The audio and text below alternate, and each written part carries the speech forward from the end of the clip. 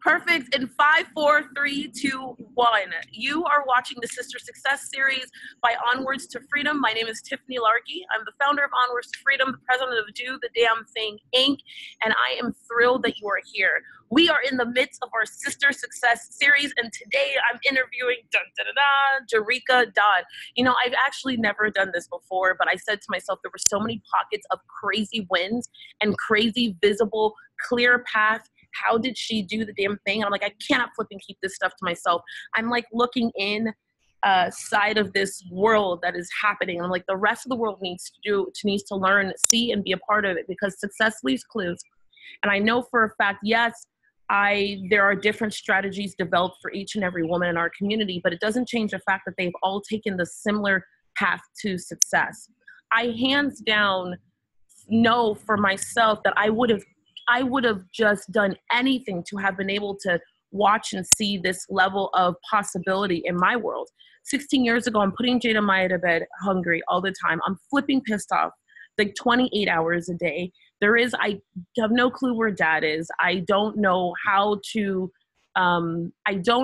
make a dollar. I mean, I have a concept of how to hustle, but I don't really have a way to hustle. Jada and I are 18 months apart, and I felt lost and upset and frustrated all the time. Every day was like the end of the world, and I just didn't have any answers. Once I made a decision to stop thinking small and do the damn thing in my own life, the whole game changed.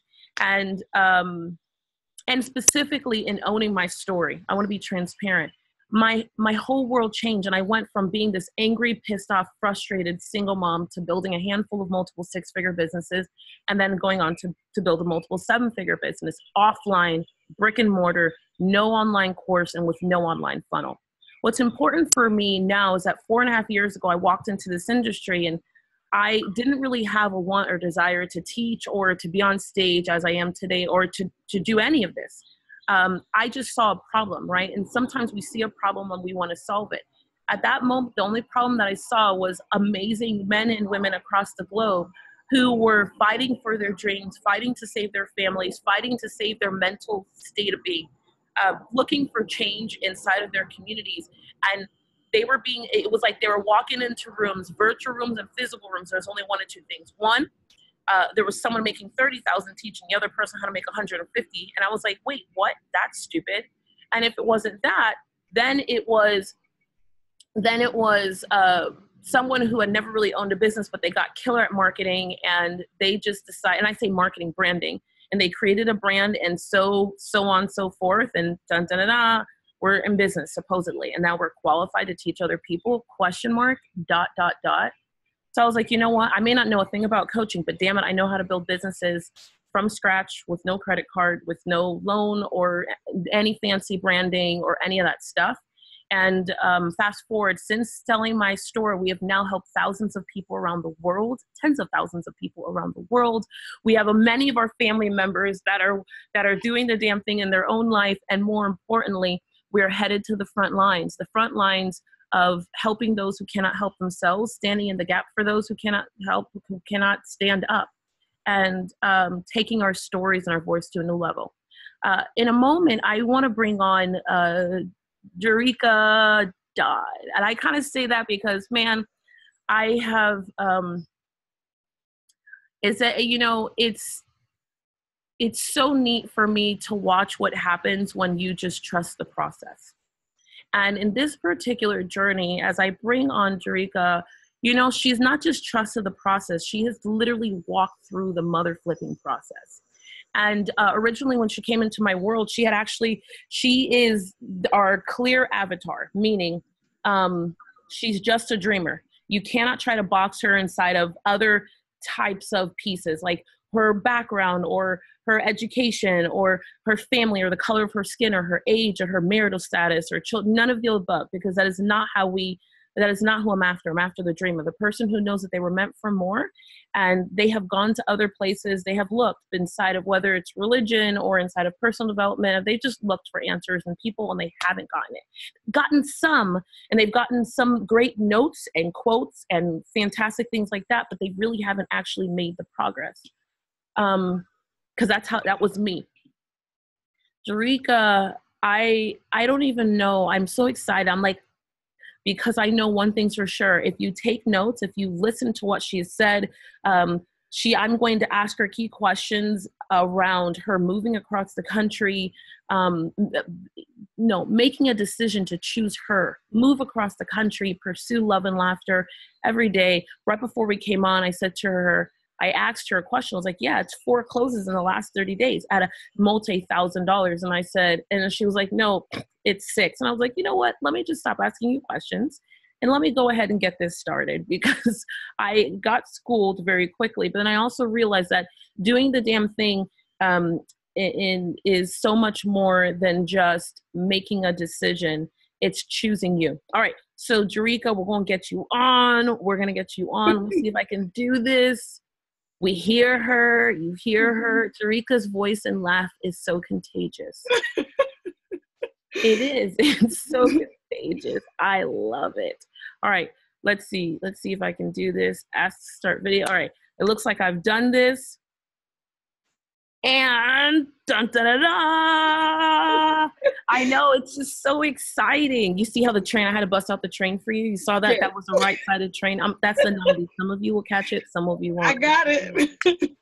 So Jerrica, I have had the luxury of just kind of watching you fishbowl style in your world, building.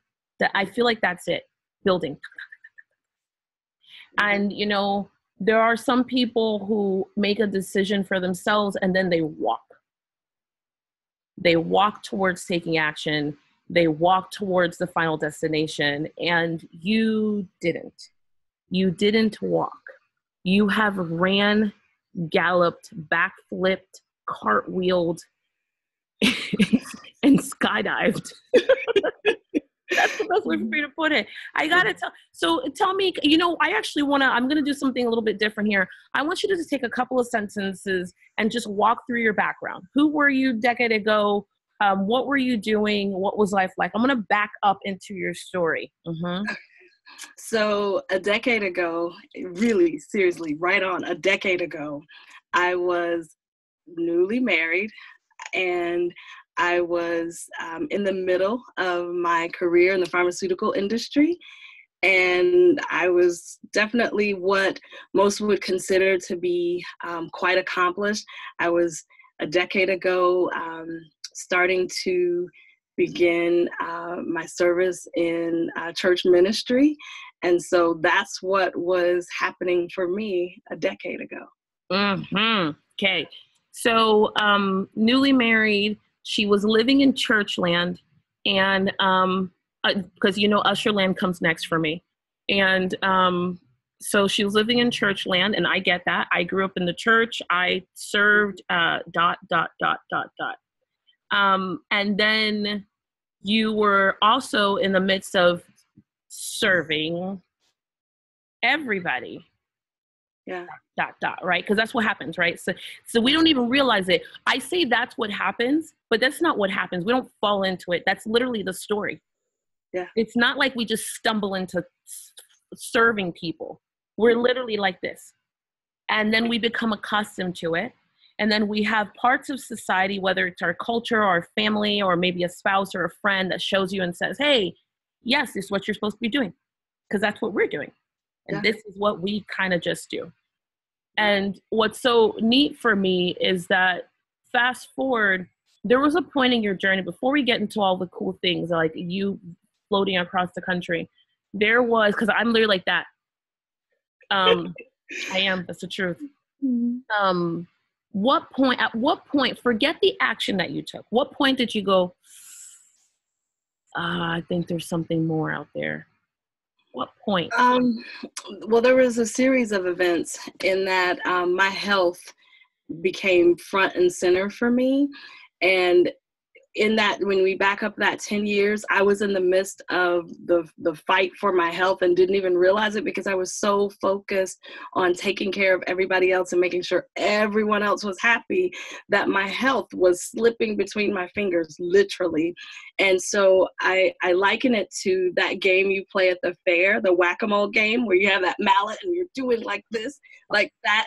those moles popping up were health issues for me.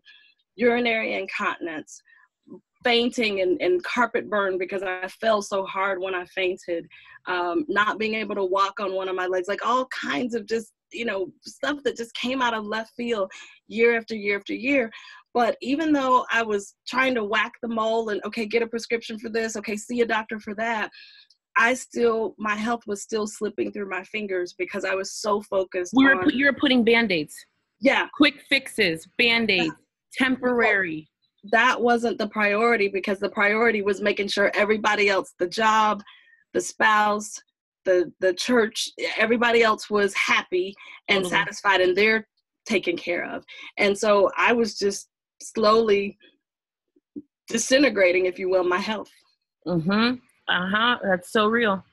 Lesson number 1. So I'm gonna, my objective, for those of you who are watching this live, and those of you who watch this on replay, my number 1 objective is to just pull out that quick lesson, because I don't want you to write down quotes. I don't want you to write down half-baked concepts. The success leaves clues, and what she started with was talking about her health. And being a woman myself that has ignored my health so many times I want to say my previous life sometimes. I want to say my previous life because sometimes I look at my life, kind of what you said before we got on camera, like I'm actually alive now today. Yes. I can't truly say that I was alive then. It's almost like I know someone's going to hate me for this, but it's like being born again. Yeah.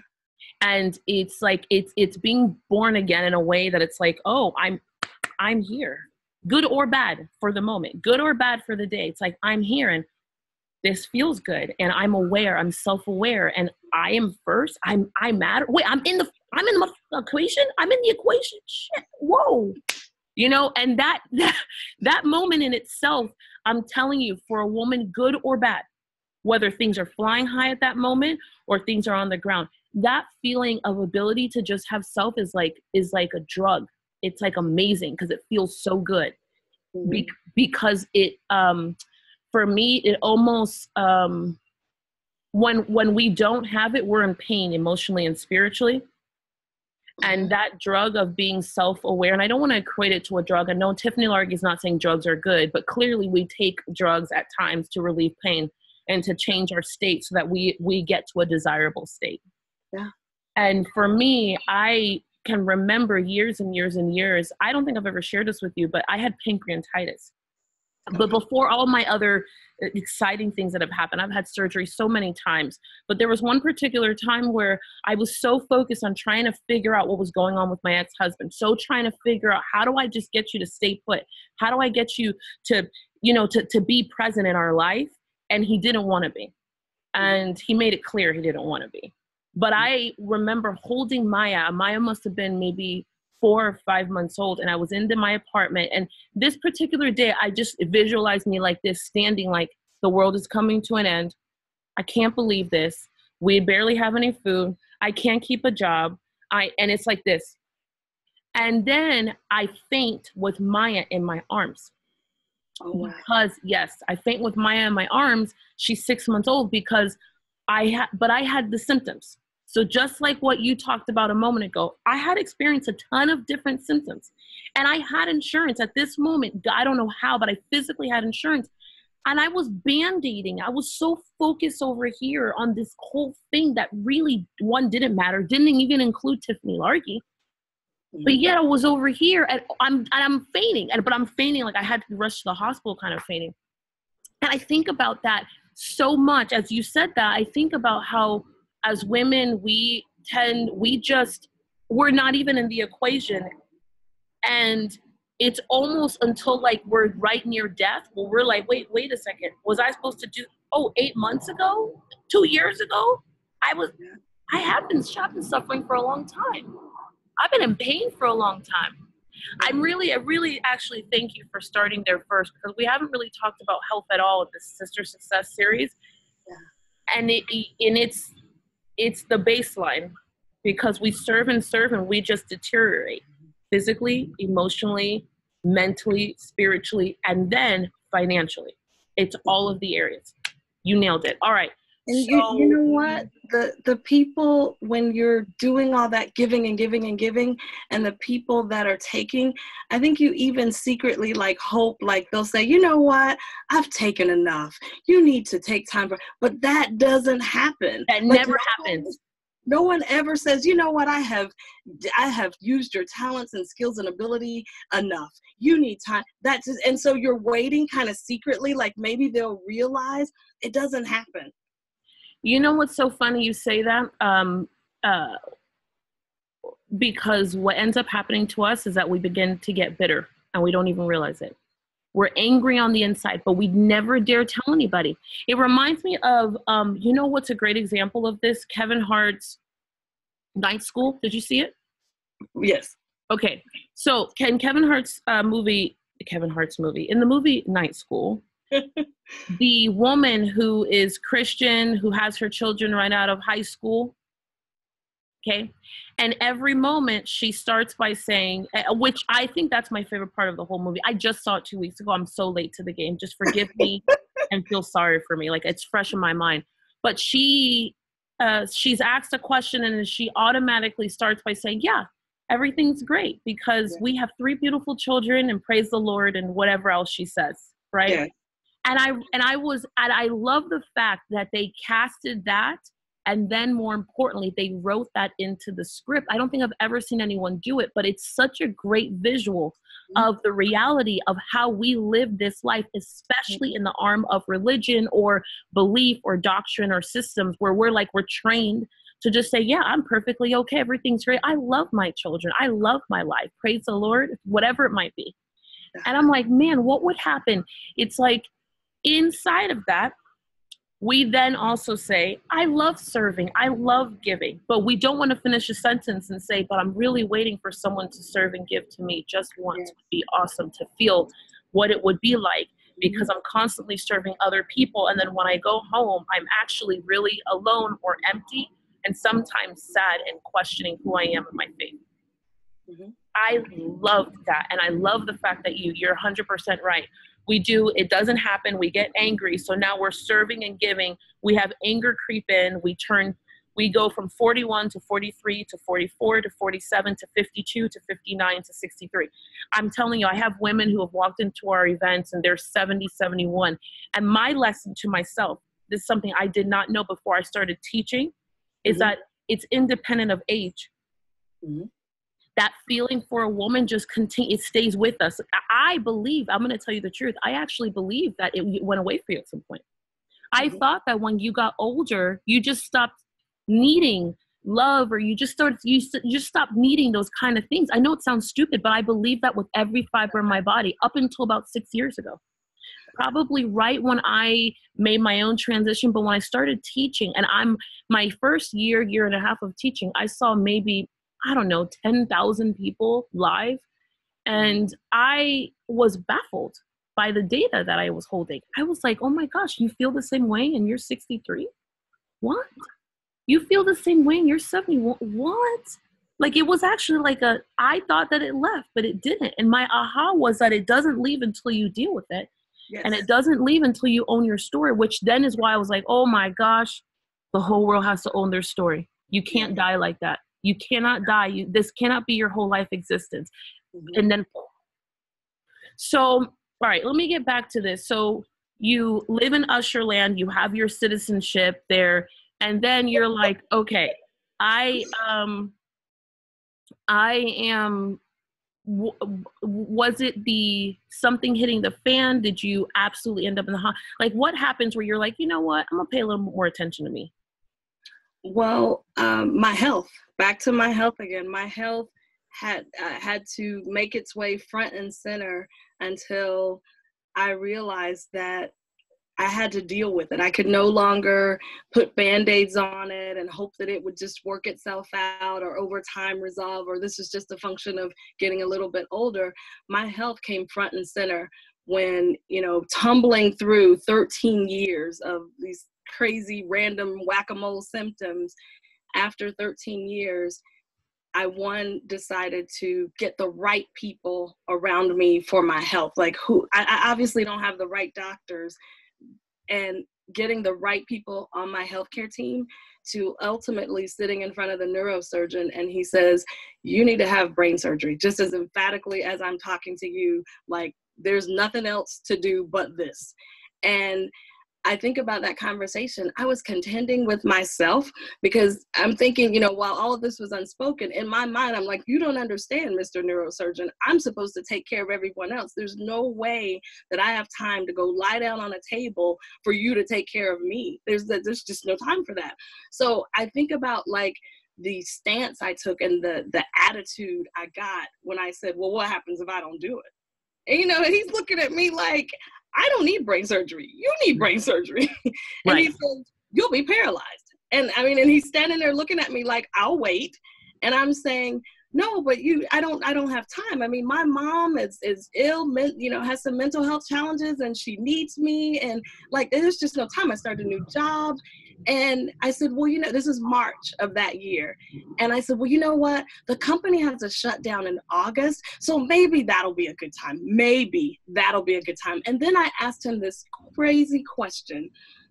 It said, I said, how long do I have? So pretty much I was asking him, how long do I have? How long can I push my health aside until right before I become paralyzed? Then I'll do it. Crazy. But it's real. Yeah. It's real. And I want to stop here just for a moment, because my question to the woman or the person who's watching, how long have you put something aside? Like how long, if you really understand what she's saying, is she looked at all these responsibilities, all these give moments, all of these roles that she played. And she was like, oh, but I can't let this person down. I can't let that down. I'm in charge of the festival. I am supposed to be coordinating my parents' trip back to, you know, Israel. And I got these things to do. Health, you can't get in the way. So just watch this out, Health. I'm going to push you aside. You're going to take a back seat. Yes, I know, paralyzed. I know, I hear you. But I am not paralyzed yet, and I'm not paralyzed now. So I can just keep going, right? Just like that. And that's not the truth at all. So he looks at you like you're crazy. And he just patiently waited. I can't imagine what he thought. He probably was like, this woman, did she hear what I said? Mm-hmm. But I wasn't contending with him. I was contending with me. And I don't think I've ever said this to you, but honestly, one of the thoughts that went through my head, I never said, but honestly, one of my first thoughts when he said that, this is how fast I was thinking in that moment. I was like, no, because I'll have to be on short-term disability, because that sounds like a pretty serious thing. I won't be able to just go back to work next week. So if I'm on short-term disability, then that means I won't make as much money, and I won't be able to give the church the size offering and tithe that I normally do when I'm working full-time. Like, I'm embarrassed to say that I thought about that. No, I appreciate you doing it. No, I appreciate you doing it, because that's actually real. You know, it's so real, and it hits home for me personally. I'm going to say something, and I'm going to say it. So there are different things that we put in front of ourselves. And Tiffany Largie is not suggesting that you don't put God in front, or the universe, or goodwill, or your religion, your faith. That's not what I'm saying.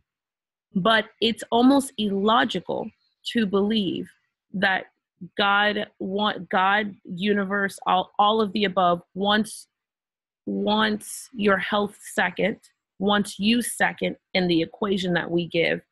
And the need to give to the church really didn't come from God. It comes from the environment that we're in, and whether it's people or pastor or spouse, because sometimes it's spouse. Mm-hmm. And women fall into this trap specifically because it's like, oh, well, the Bible says. It's kind of like this. I shared with all of you that I was in this marriage for 6 years, and I knew year one that it was not good. Mm-hmm. I actually probably knew before I was married. I had signs and indicators, and it was dangerous. It wasn't just like, oh, he said this. No, shit was really dangerous. And in year one, I remember going to church and having a conversation with the pastor at the time, and all I heard was that God wanted me to stick this out He wanted me to not continue to be abused, but that's how it translated to me, because there was no other way, and that I wasn't being an obedient, great wife if I didn't stick this thing out for years and years and be miserable and lose myself. And I was like, now at the time though, I know this is going to sound crazy, but it was my belief in not wanting to be rejected by this environment that I was in, that I continued to do, and I continue to suffer. Year 2, year 3, year 4. And yeah, things changed a little bit because I started making my own money, but it didn't. I was still married. I was still trapped. I would still leave my last client at 4:18, and from 4:18 11 o'clock at night, it was like a nightmare in my house. It was a nightmare. It was a nightmare, and no one knew that. It was like the end of the world. There was only one moment where I really understood how bad it was. And I don't teach this year, but I think next year in our Do the Damn Thing World Tour, I need to teach this for women. I realized how bad it was because I was with another person in the car, and it was during the workday, and we were tag teaming on a client, working on an account, a company, and we're in Coral Gables, Florida. I'll never forget this. And if you know who you are, if you ever see this, please reach out to me. We're in the car, and my husband calls, and it's the middle of the day, and I can't remember the item, but it's something as simple as like, where is the mayonnaise, or like something simple. But he's so loud on this call, and he's yelling and screaming and cursing that I froze. I literally was physically frozen, but the man who was near me could hear it. He could hear every word. Now, mind you, I pick up the phone like this, like, hey, hello, this is Tiffany, it's 11:18 in the morning, right? And the call had come in multiple times, and I pick up the phone and I'm like, hey, hello, this is Tiffany. And it's so loud. Now, 2 things. 1, I know better. I cannot hang up this phone. Right. Because if I hang up this phone, I'm asking for the end of the world. Do you understand? I haven't owned my own power yet. So I'm going to sit here and I'm subjecting myself to it. But as we ended the call, I was frozen. I was so frozen. I was in between tears and like we're just mentally breaking down. And he looks at me and he says, you can't live like that. That's crazy. I don't know what's happening. I don't know what that was about. We're not friends. We're not besties. You get it? Right. And he looks over to me and he's like, I want you to know that's not reality. And it was a game changer for me because he was deep in his faith in his own religion. This particular man, we didn't know each other, but when he said that's not reality, I was like, wait, what? What do you mean? I thought I was supposed to stick this shit out till forever. I'm pretty sure this is what the pastor, the Bible, I don't read that passage. All the women were telling me, people in my family were telling me, you're saying that are you trying to tell me I have a choice? Are you trying to tell me I have a choice in this thing? Stop it. Just cut it out. It was a game changer for me. I'll never forget that moment. And I went home that day, or I left him that day, and I was bewildered. Jerrica, I was bewildered because it was the first time I had ever heard of that's not okay. You should do something about it. Yeah. And I realized years coming out of that is that our environments dictate our unwant to be rejected. So because we don't want to be rejected, because we all need to feel acceptance at some level, we subject ourselves to things that just don't matter. Mm-hmm. So you're sick, you're basically almost dying. The doctor's like, please cut this out. I don't know what you're talking about, but you have to get it. So question, do you get surgery? Yes, I'm going to go off camera for just a moment, but I'm still going to be here. So please go ahead and answer the question. Do you actually get surgery? How do you make the decision to just do it? Because you didn't die, respectively. No. I'm seeing you here, right? So I know you did something. What did you decide to do? So I decided to have surgery, and actually within that same appointment, it took a few minutes, and I'm so grateful that he was patient to let me deal with myself, if you will. But I had surgery, and actually I had to have surgery twice, but it all worked out after surgery. But it's so amazing that humans have amnesia, I would say. I say it's why people have more than one child. You know, you hear people talk about their childbearing experience and you go, oh my God, and they did it again? Because humans have amnesia. We forget being ill. We forget, we go, oh, well, you know, it wasn't that bad. I mean, yeah, I made it through. And so even though I made it through surgery, opening up the back of my head twice, even though I made it through that, I still went right back to serving everybody, being that good employee, being that good minister, being that good daughter, being, you know, what I was supposed to be doing. I went right back. As soon as I got well, I went, oh, well, I'm healed. Back to what I'm supposed to be doing, until my health called again and said, hey, this isn't. And so I had to start, and I started in 2017 making some really hard decisions. There are people today who knew me then who say, I still cannot believe you left your church. I still cannot believe you quit your job. So it's like each year since 2017, I had surgery in 2016, but it's like each year I have made a decision for me, because for so many years I have not. So in 2017, I said, you know what? I'm driving an hour to church, an hour back, and this isn't the best environment for me to even become like where I am today. Like, you didn't know me then, but if I could, like, I would never have become this if I wouldn't blossom. I was used to being smaller. Yeah. And so I made the very tough decision. I begged God and I prayed, and I was, oh my gosh, because I'm very analytical. So I was like, you know, if I'm going to do this, like, I got to look at all the angles and make sure that it's really okay to do this. Cause, you know, this is going to have some serious repercussions in a lot of ways. Totally. And I remember praying and like, okay, God, like, you got to tell me, like, is it really okay to leave? And then I promise you, he said, I never told you you had to stay. I left.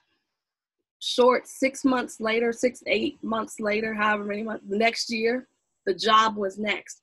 Because I'm the type of person that says, if you were loyal to me in 1962, even though I wasn't born then, in 2019, I owe you. I have to, you know, it's not enough for me to say, because I said, well, they were good to me. Yeah. When I had surgery, they were there. I had surgery and I had a job and I had insurance and I had just walked on the job, and that all was true. However, I had a discriminatory issue happen, and I was like, well, you know, even though they're treating me that way, you know, they were good to me when I had surgery.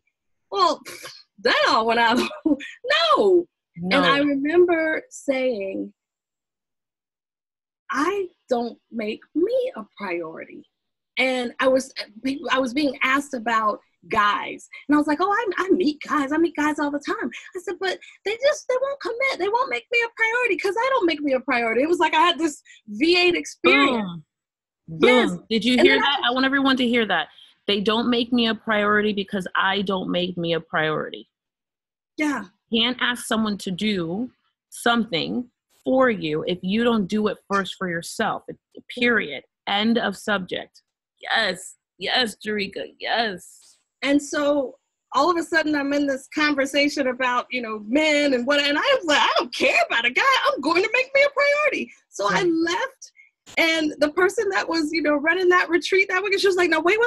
I did not tell you to quit your job. No. I was like, nope, you didn't. But I got it. I don't make me a priority. And I'm about to start doing that today. It was actually a year ago yesterday that I said, I quit my job. That's it. And I came home and I said, in order for me to do this, I have to pick a date. And I picked a date, and I have not looked back. I didn't have all the answers because the analytical brain will try to say, well, okay, now how do you want to do this? And, you know, let's lay this out. And, you know, what's that look like? Let's measure it twice, you know. Let's measure it twice. Yeah, my father says measure twice, cut once. I get it. I super get it. But I was like, nope, I have to make me a priority. And however that looks, if it means investing in me this way, investing in my health, like, I have to do that because for so long I didn't. And look what I got. Mm-hmm. Okay, so fast forward. So tell me, where is your... I feel like I have to put my hands like this for this, you know, like where has doing the damn thing in your life led you today? I know you walked into my world halfway through this journey, and you meet this random Black woman who is pretty black and white, but not going to let you not make a decision. Yeah. And, you know, you were living in Atlanta when you met me, and you were going to continue to live in Atlanta where you met me. So tell the world, like, where are you today? What are you most proud of? What's happening in your world? And what lesson can you impart on the next woman? Okay, so I know I'm smiling, but I'm going to try to get through this without crying because this has been a really short amount of time. Today is what, June the 10th. And I met you first in last November. When was the stage? That's when I met you. And then again in January. But I would say it was January that things, like I was pushing the gas. But if you ever like floored it, that's what I feel like happened after January. I remember, you know, obviously I made the decision to leave the things that I was so loyal and dedicated to and to choose me. And I was headed in that direction, but I hadn't floored it yet. I was just kind of, you know, pushing the gas a little bit, trying to give it a little gas. Yeah, but yeah. Like after I met you and we started working together, I remember you were very clear. You gave me some instructions. Some I followed right away, and those exponentially produced and still are producing.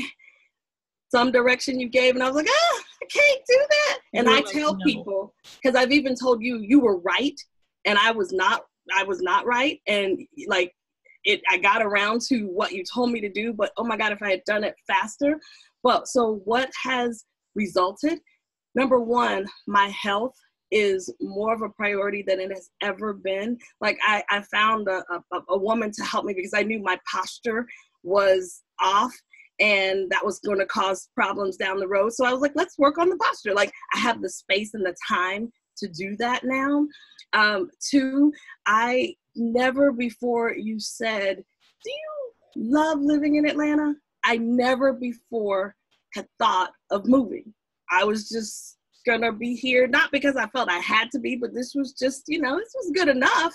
But like I went from you saying, you need to move and you need to move by December, but no, I know you, so you need to move by September. And then I said to myself, because you're right, if you had said December, I would have been like, well, you know, it's the holidays, so January, and now, well, it's cold, and it would have been this time next year. So I was like, how do I do this to move by September? And I just decided that I didn't have to figure it out. I was just going to do it. And so, and now it's not, I'm like, well, I can spend 30 days in this city, and I can go 30 days north to Seattle, and then I can go down to LA, maybe for 15 days. I can go, but I can go to Phoenix. My friends, my new community. Your Onwards to Freedom family, you guys are so cute. I heard from Tucson to Phoenix to Hawaii. Yes. I can go anywhere I want to go. And I've built a business such that wherever I am, as long as there's a Wi-Fi connection, I can do that.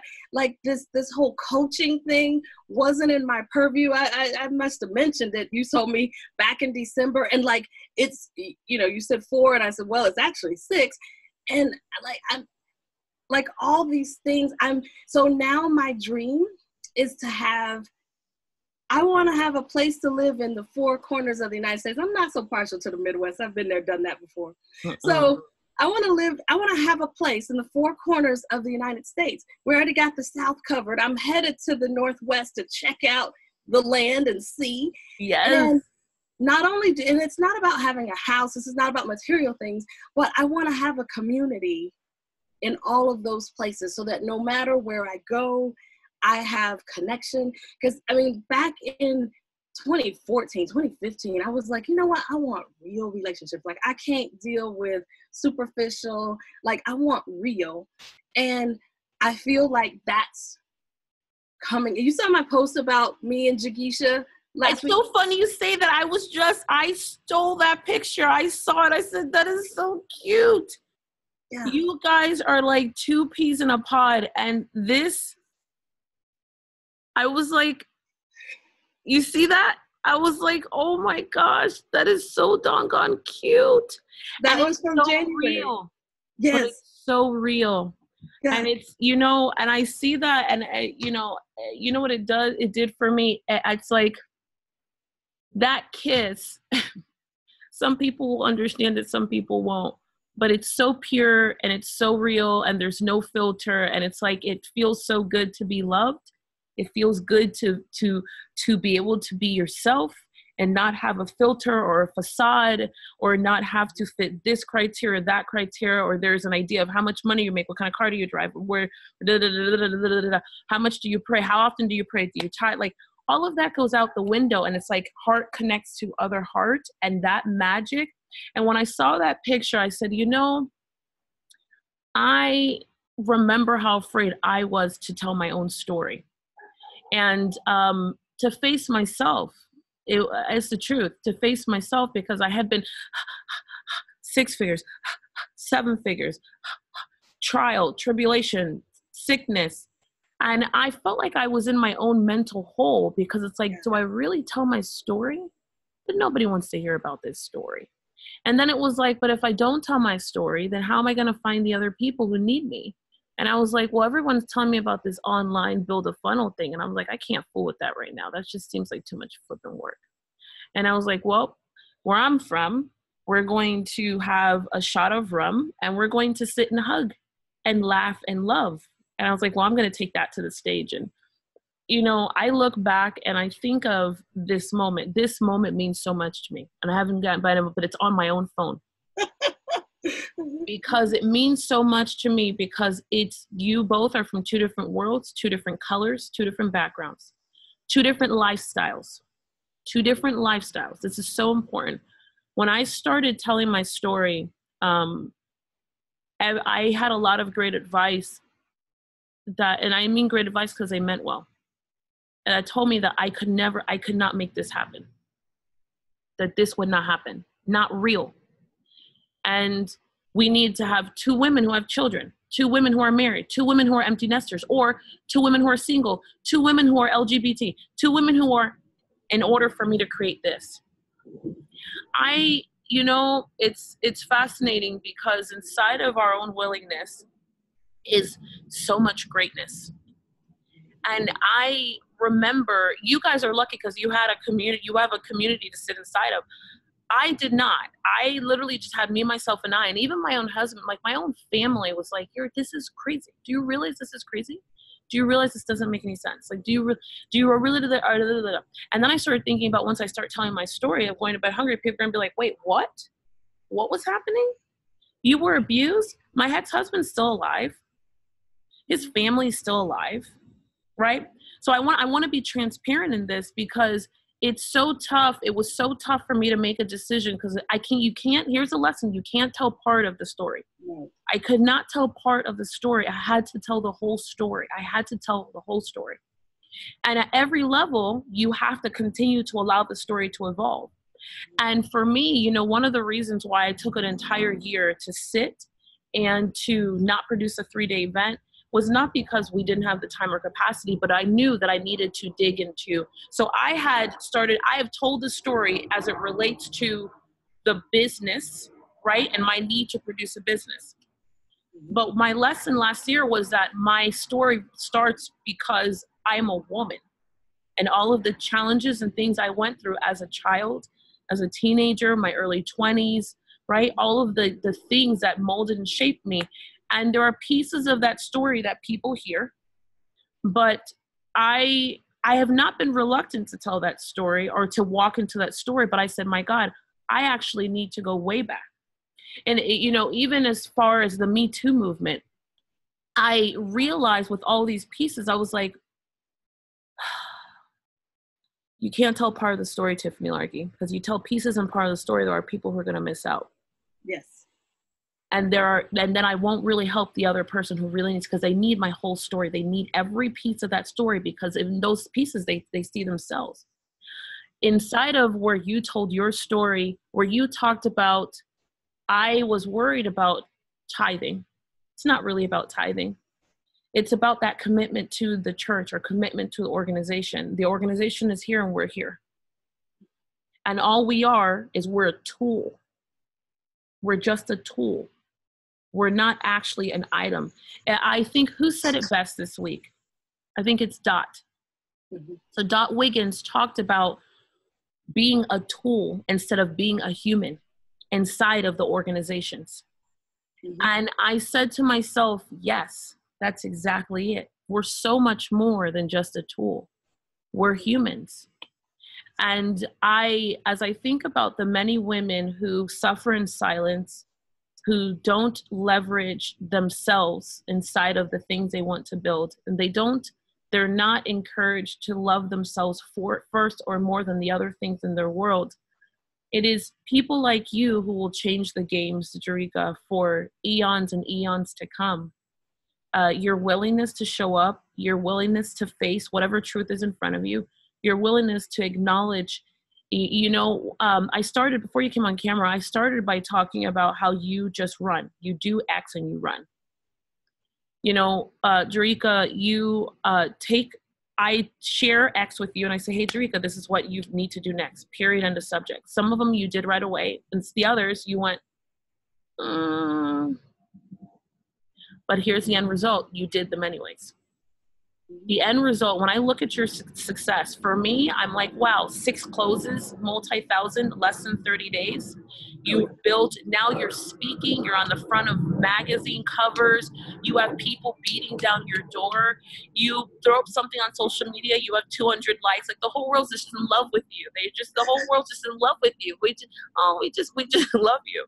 But it's not because you walked out the door and you just said, oh, here I am. It's because you decided to dig deep, own your own story, not apologize for it, to share it, and to sit with it. And even in an industry, in a place where thoughts, emotions are considered taboo, I love your vulnerability. And I love the fact that you're like, no, I get it. Because the mission is too big. There are too many people out there who are suffering in silence. And I'm not going to say they don't have to, but the healing comes from owning your story first. The greatest thing for me to watch is to see how much you own your story every part of the way, and how success or the result that you were after just follows you. It just follows you. So my question to you is this, because you get ready to leave, to head across the country, and you're going to live your best life. But I want everyone to know, before she got on, she said, I truly mean it when I'm living my best life. No, every day is the best day ever. Yes. Those are your exact words. Yes. She said, and we weren't recording, and I thought to myself that it's so neat. She said, every day in my life right now, every day is the best day ever. And I know it sounds cliche but it's not, it's real. Mm-hmm. There is nothing more exciting in life than waking up excited, looking forward to the day, and not because something special is happening. It's because you're happening and you're making things happen. And you know that there is love and laughter right around you.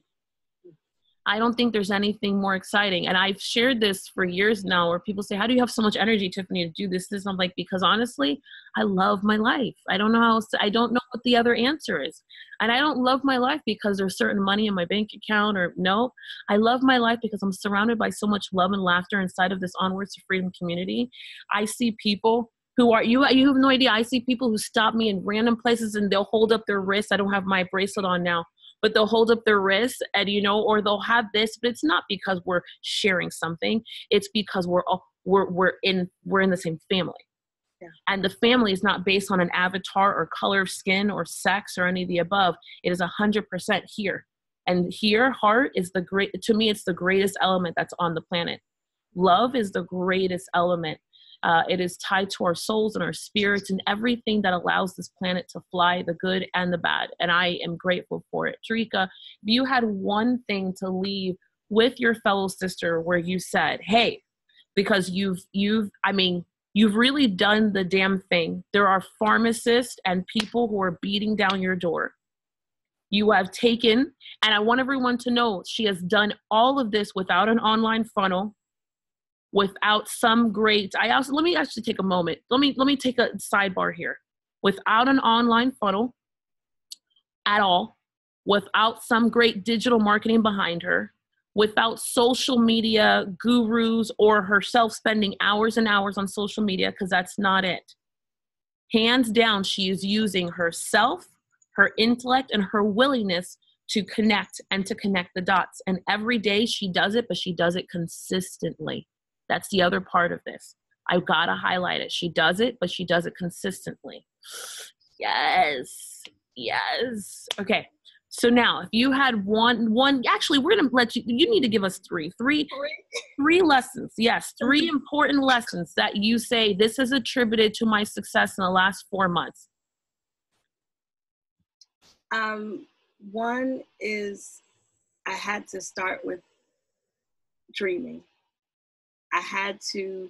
It's so easy to dream, but then edit the dream. So when I'm talking to pharmacists and I tell them, I know how analytical you are, but don't edit your dreams. Like, turn the editor off and just get it out of your head. Like, what do you want? So I had to decide what I wanted my life to look like. So when I said, I want to live in 4 corners of the country, the editor goes, how are you going to afford that? You can't do that. You know how cold it is in the Northeast? You got to turn the editor off and just dream. That is your blueprint of even where to begin.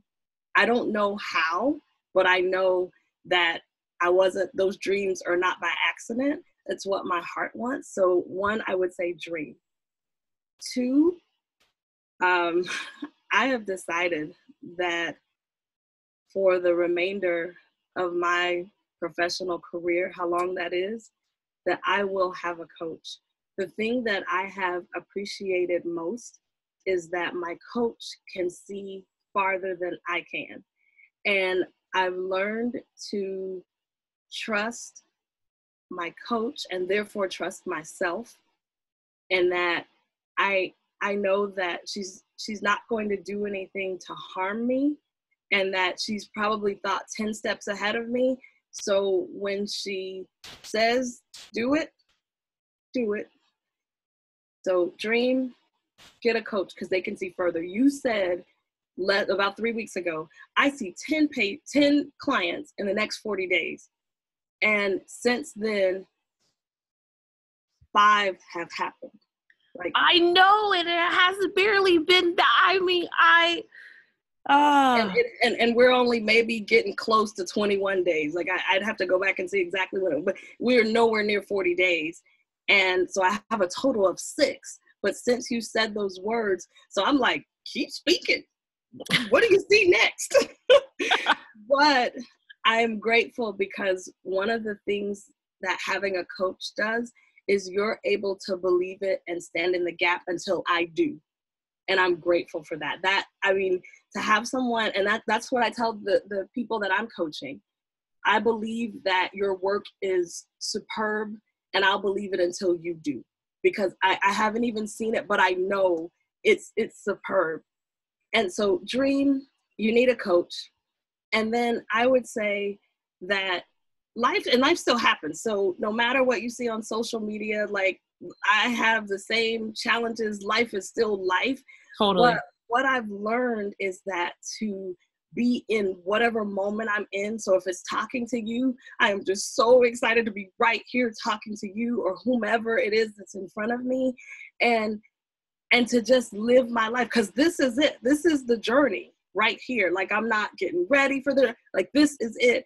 And so that's why I say it's the best day ever because no matter if it's what I perceive to be good, what I perceive to be not so good, doesn't feel good, is uncomfortable, like, it's life. And I am living my best life, not to be cliche, and it really is the best day ever. And so I would say the third thing is be in that journey and feel all of it, not just the good parts, not just the comfortable parts, because I live my life being uncomfortable now. Like, that's the status quo, is uncomfortable.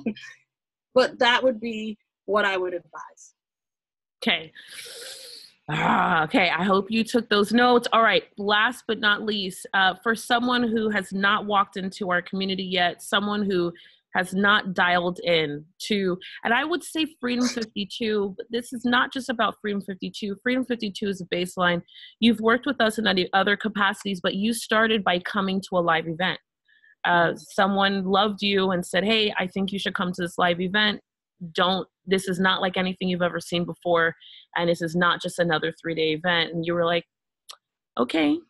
And you came and you actually left early. You left early, if I remember correctly, right? You had to leave a day early and you were like, and you guys are, and what the hell is happening? And and then thinking of, that's the only way I can equate it. But then thinking about some of the other private experiences you've had with us, to the woman who has not ventured yet, specifically, to the woman who has not ventured yet. Yeah. What's your message to her? You already know what you get when you do it the way you've been doing it thus far.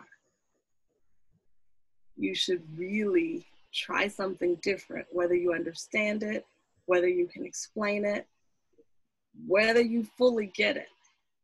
You are worth taking a risk, taking a leap, being curious about what's possible. Like, our lives are so worth that, because if I had not, that's why she didn't have to talk to me for long before I was like, yeah, I'll go to the stage. Sure, no problem. I'll make that work. Even in fact, because the first thought is, well, I can't do all 3 days, so no. But you know what?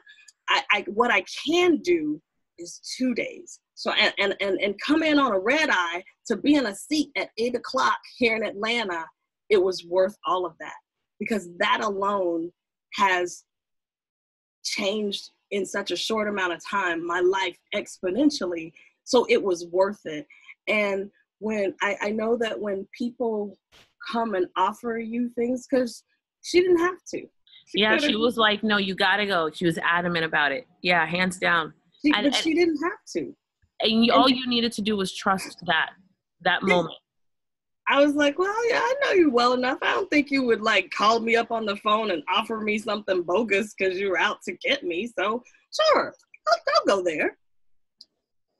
Yeah. You know, it's interesting. So I think I'm going to close with this particular message. Stop saying no. Stop saying no. You're never going to find the logic in a dream or the steps to get to the dream.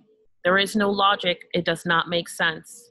And most of it is illogical, and most of it won't make sense. But the truth is that you have to move anyways. You literally have to move anyways, but you have to move consistently. You know, for me, it's like you either want it or you don't.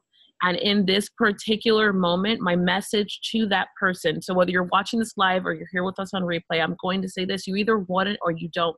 You can't want it for 2 out of 7 days. No. You can't want it between 3 and 6. You can't want it, for partial of January. This is not how this works. Your dreams are so waiting on you, but they're waiting on you to be consistent. They're waiting on you to show up, and they're waiting on you to be present in that moment, mentally, emotionally, and physically.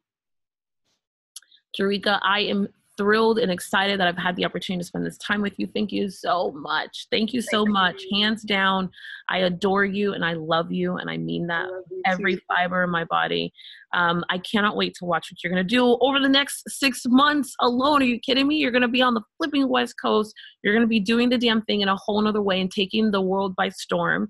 And more importantly, I know one thing's for sure, that there are people whose lives are going to be changed simply because you've decided to tell your story, but more importantly, because you're consistently showing up and you're not making excuses and you're literally doing the damn thing. I adore you. Guys, thank you so much for tuning in, for watching, and for being present. And the question is, from me to you, is, are you doing the damn thing today or not? It's just that simple. Bye.